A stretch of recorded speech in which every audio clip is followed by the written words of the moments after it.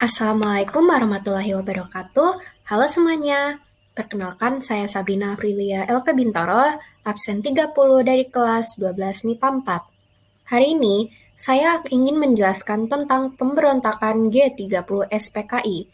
Pasti teman-teman semua sudah tidak asing lagi nih tentang peristiwa pemberontakan G30 SPKI.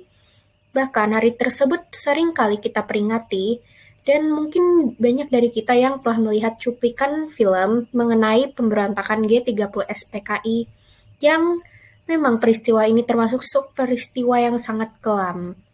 Dan tentunya peristiwa ini membawa dampak yang sangat besar bagi Indonesia ke depannya. Karena itu saya ingin membahas tentang pemberontakan ini. Nah, pemberontakan G30 SPKI, siapa sih yang nggak tahu tentang pemberontakan ini? Pastinya kita sudah pernah belajar di bangku SMP dan bangku SMA. Karena itu, sekarang kita akan mempelajarinya lebih dalam. Yang pertama itu adalah pemberontakan ini dipimpin oleh Letkol Untung Syamsuddin dan tepatnya berpusat di DKI Jakarta. Pemberontakan ini terjadi pada tanggal 30 September hingga 1 Oktober tahun 1965. Dan seperti yang kita ketahui, pada tanggal 30 September, kita mengadakan peringatan, yaitu peringatan pemberontakan G30 SPKI. Sebenarnya banyak sekali hal yang melatar belakangi terjadinya pemberontakan ini. Di antaranya adalah yang pertama, Angkatan Darat menolak pembentukan Angkatan Kelima, yaitu PKI. Yang kedua, Angkatan Darat menolak nasakomisasi karena ajaran ini dianggapannya akan menguntungkan kedudukan PKI untuk yang kesekian kalinya. Jadi, hanya PKI lah yang diuntungkan, sementara pihak lainnya tidak. Tentu saja hal ini sangat merugikan bagi bangsa Indonesia. Dan yang ketiga adalah Angkatan Darat menolak poros Jakarta-Peking dan konfrontasi dengan Malaysia. Hal ini merupakan suatu langkah yang bijak menyangkut adanya poros Jakarta-Peking dan konfrontasi dengan Malaysia hanya akan membantu Cina meluaskan semangat revolusi komunisnya di Asia Tenggara dan akan merusak hubungan baik dengan negara-negara tetangga. Jadi kita itu sama saja hanya membantu Cina untuk menyebarkan ideologinya. Dan semua hal negatif akan berdampak ke kita karena kita akan merusak hubungan baik terutama dengan negara serumpun kita yaitu Malaysia. Berikutnya adalah tujuan. Nah, apa sih tujuan PKI? Kenapa mereka melakukan pemberontakan yang sedemikian besarnya? Tujuannya adalah bahwa gerakan 30 September adalah perbuatan PKI dalam rangka usahanya untuk merebut kekuasaan di negara Republik Indonesia dengan memperalat oknum ABRI sebagai kekuatan fisiknya. Yang kedua, bahwa tujuan tetap komunis di negara non-komunis adalah merebut kekuasaan negara dan mengkomuniskannya. Jadi, mereka ingin agar dasar negara menjadi komunis. Yang berikutnya adalah usaha tersebut dilakukan dalam jangka panjang dari generasi ke generasi secara berlanjut karena jika tidak dilakukan dari generasi ke generasi maka PKI tentu saja tidak dapat mengambil alih kekuasaan dan tidak dapat mengkomuniskan suatu negara dan komunisme sendiri itu tertanam dari generasi ke generasi. Dan yang terakhir adalah bahwa kegiatan yang dilakukan tidak pernah terlepas dari rangkaian kegiatan komunisme internasional. Jadi komunisme atau PKI itu tidak ada semata-mata kayak tiba-tiba ada, melainkan dibawa oleh yang biasa kita kenal itu adalah negara komunis itu Cina ke Indonesia untuk menyebarkan ideologi komunisme. Berikutnya adalah kronologi pemberontakan G30 SPKI. Pada tanggal 1 Oktober 1965 dini hari, pasukan G30 SPKI mulai bergerak dari Lubang Buaya dan menyebar ke segenap penjuru Jakarta. PKI menduduki beberapa instalasi vital di ibu kota seperti Studio RRI, Pusat Telkom, dan lain sebagainya. Pasukan Pasopati berhasil melakukan penculikan dan pembunuhan terhadap para perwira TNI AD yang menjadi target operasi. Kenapa adanya pembunuhan dan penculikan ini? Karena seperti yang kita tahu TNI AD itu adalah yang paling menentang PKI. Karena itu, para perwira dan atasan TNI AD harus dilenyapkan agar PKI dapat menguasai dan mengambil alih kekuasaan di Indonesia. Seperti yang kita tahu, pemberontakan G30 SPKI menimbulkan banyak sekali korban, baik dari masyarakat sipil maupun dari TNI AD. para korban yang berasal dari TNI AD yang dibunuh pada penculikan pada G30 SPKI menjadi pahlawan revolusi. Para pahlawan revolusi tersebut adalah Jenderal TNI Anumerta Ahmad Yani, Letnan Jenderal L. Suprapto, Letnan Jenderal MT Haryono, Letnan Jenderal S. Parman, Mayor Jenderal DI Panjaitan, Mayor Jenderal Sutoyo Siswomiharjo, Kapten Pierre Tendean, Aibda Karel Satsuitubun, Brigadir Jenderal Katamso Darmokusumo, dan Kolonel Sugiono. Pada pemberontakan ini, Jenderal Abdul Haris Nasution atau Panglima Tertinggi TNI AD berhasil meloloskan diri dari penculikan. Akan tetapi putrinya Ade Irma Suryani terluka parah karena tembakan penculik dan akhirnya meninggal di rumah sakit RSPAD. Lolosnya Nasution membuat Aidit dan koleganya cemas karena akan menimbulkan masalah besar. Untuk itu, Suparjo menyarankan agar operasi dilakukan sekali lagi. Saat berada di istana, Suparjo melihat bahwa militer di kota dalam keadaan bingung. Akan tetapi, para pemimpin gerakan pada saat itu tidak melakukan apa-apa. Hal ini menjadi salah satu penyebab kehancuran operasi mereka, karena seharusnya pada saat itu mereka dapat membuat sesuatu atau melakukan sesuatu di saat militer kebingungan dan mulai mengambil alih kekuasaan. Sementara itu, sesudah PKI dengan G30 SPKI-nya berhasil membunuh para pimpinan TNI AD, kemudian pimpinan G30 SPKI mengumumkan sebuah dekrit melalui RRI yang telah berhasil pula dikuasai. Dekrit tersebut diberinya nama Kode Dekrit Nomor 1 yang mengutarakan tentang pembentukan apa yang mereka namakan Dewan Revolusi Indonesia di bawah pimpinan Letkol Untung. Berdasarkan revolusi merupakan kekuasaan tertinggi, Dekrit Nomor 1 tersebut, maka Dewan Revolusi merupakan kekuasaan tertinggi. Dekrit Nomor 2 dari G30 SPKI tentang penurunan dan kenaikan pangkat. Semua pangkat di atas Letkol diturunkan, sedangkan prajurit yang mendukung G30 SPKI dinaikkan pangkatnya 1 atau 2 tingkat. Hal ini tentunya tidak adil.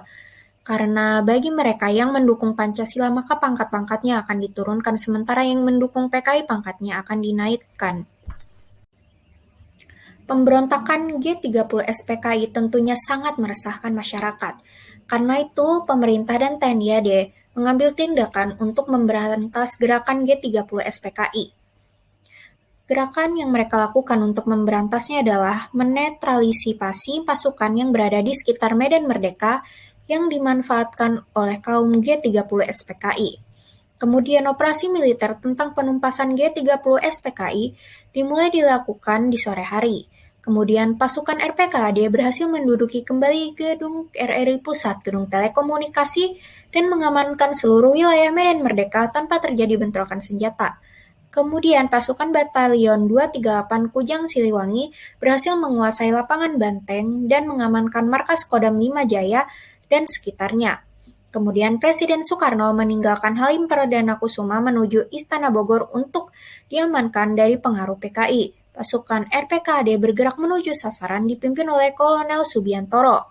Dalam gerakan pembersihan ke kampung-kampung di sekitar Lubang Buaya, Ajun Brigadir Polisi Sukitman yang sempat ditawan oleh regu penculik berhasil meloloskan diri. Pada tanggal 3 Oktober 1965, berhasil ditemukan jenazah para perwira tinggi TNI AD yang telah dikuburkan dalam sumur tua di bawah pohon pisang. Esokan harinya, bertepatan dengan HUT ABRI tanggal 5 Oktober, jenazah mereka dimakamkan di Taman Makam Pahlawan Kalibata. Mereka semua dianugerahi gelar pahlawan revolusi. Seperti yang kita tahui, gerakan pemberontakan G30 SPKI berdampak besar bagi Indonesia, bahkan dampaknya pun dapat terasa hingga sekarang. Setelah peristiwa G30 SPKI berakhir, kondisi politik Indonesia masih belum stabil. Situasi nasional sangat menyedihkan. Kehidupan ideologi nasional belum mapan. Sementara itu, kondisi politik juga belum stabil karena sering terjadi konflik antar partai politik. Demokrasi terpimpin justru mengarah ke sistem pemerintahan diktator. Kehidupan ekonomi lebih suram, sehingga kemelaratan dan kekurangan makanan terjadi di mana-mana. Presiden Soekarno menyalahkan orang-orang yang terlibat dalam perbuatan keji yang berakhir dengan gugurnya pahlawan revolusi serta korban-korban lainnya yang tidak berdosa. Namun sayangnya, Presiden Soekarno menyatakan gerakan semacam G30 SPKI dapat saja terjadi dalam suatu revolusi. Sikap Soekarno ini diartikan lain oleh masyarakat. Mereka menganggap Soekarno membela PKI. Akibatnya, popularitas dan kewibawaan Presiden menurun di mata masyarakat Indonesia. Demonstrasi besar-besaran terjadi pada tanggal 10 Januari 1966 yang dilakukan oleh para mahasiswa. Demonstrasi besar-besaran dilakukan oleh mahasiswa. Para mahasiswa menuntut pemerintah untuk mengabulkan keinginan mereka. Mereka menginginkan tritura atau tri tuntutan rakyat. Yang pertama adalah pembubaran PKI, kedua pembersihan kabinet Dwi Kora dari unsur-unsur PKI, dan yang ketiga adalah penurunan harga-harga atau adanya perbaikan ekonomi, karena ekonomi pada saat itu sangat-sangat tidak baik, dan pastinya hal itu sangat berdampak bagi masyarakat dan membuat masyarakat menjadi kesulitan dan sengsara. Tindakan pemerintah lainnya adalah mengadakan reshuffle atau perombakan Kabinet Dwi Kora. Pembaharuan Kabinet Dwi Kora pada tanggal 21 Februari 1966 dan kemudian disebut dengan Kabinet Dwi Kora yang disempurnakan. Mengingat jumlah anggota mencapai hampir 100 orang, maka kabinet itu sering disebut dengan Kabinet 100 Menteri. Namun hal ini belum dapat memuaskan masyarakat Indonesia karena reshuffle atau perombakan itu masih saja terdapat pengaruh PKI di dalamnya. Jadi dapat kita ketahui bahwa PKI masih memegang peran penting dalam Dikora. Sementara pada Tritura, para mahasiswa menuntut agar PKI dibubarkan dan benar-benar bersih dari PKI. Karena itu Dwi Kora tidak boleh lagi di dalamnya ada PKI karena masyarakat menganggap bahwa PKI itu hanya ingin membawa masalah. Karena itu, menjelang pelantikan Kabinet 100 Menteri pada tanggal 24 Februari 1966, KAMI melakukan aksi serentak atau demonstrasi besar-besaran. Dalam demonstrasi itu gugur seorang mahasiswa Universitas Indonesia yaitu Arif Rahman Hakim. Arif Rahman Hakim kemudian diberikan gelar pahlawan Ampera. Peristiwa gugurnya salah satu mahasiswa Indonesia sangat berpengaruh terhadap maraknya gelombang aksi demonstrasi. Di Istana Bogor, ketiga perwira tinggi mengadakan pembicaraan langsung dengan Presiden yang didampingi oleh Dr. Subandrio, Dr. Jele Mena, dan Dr. Khairul Soleh. Sesuai dengan kesimpulan pembicaraan, maka ketiga perwira TNI AD itu bersama dengan Komandan Resimen Cakrabirawa, Brigjen Sabur diperintahkan membuat konsep surat perintah kepada Letjen Soeharto yang kemudian surat perintah itu lebih dikenal dengan sebutan Surat Perintah 11 Maret atau Super Semar yang pastinya kita semua pernah mendengar sebutan tersebut. Isi pokoknya adalah memerintahkan kepada Letjen Soeharto atas nama Presiden untuk mengambil tindakan yang dianggap perlu untuk terjaminnya keamanan dan ketertiban serta kestabilan jalannya pemerintahan dan jalannya revolusi serta menjamin keselamatan pribadi dan kewibawaan Presiden. Jadi pada saat ini terjadi perpindahan kekuasaan kepada dari Presiden Soekarno kepada Soeharto yang saat itu menjabat sebagai Panglima tertinggi TNI.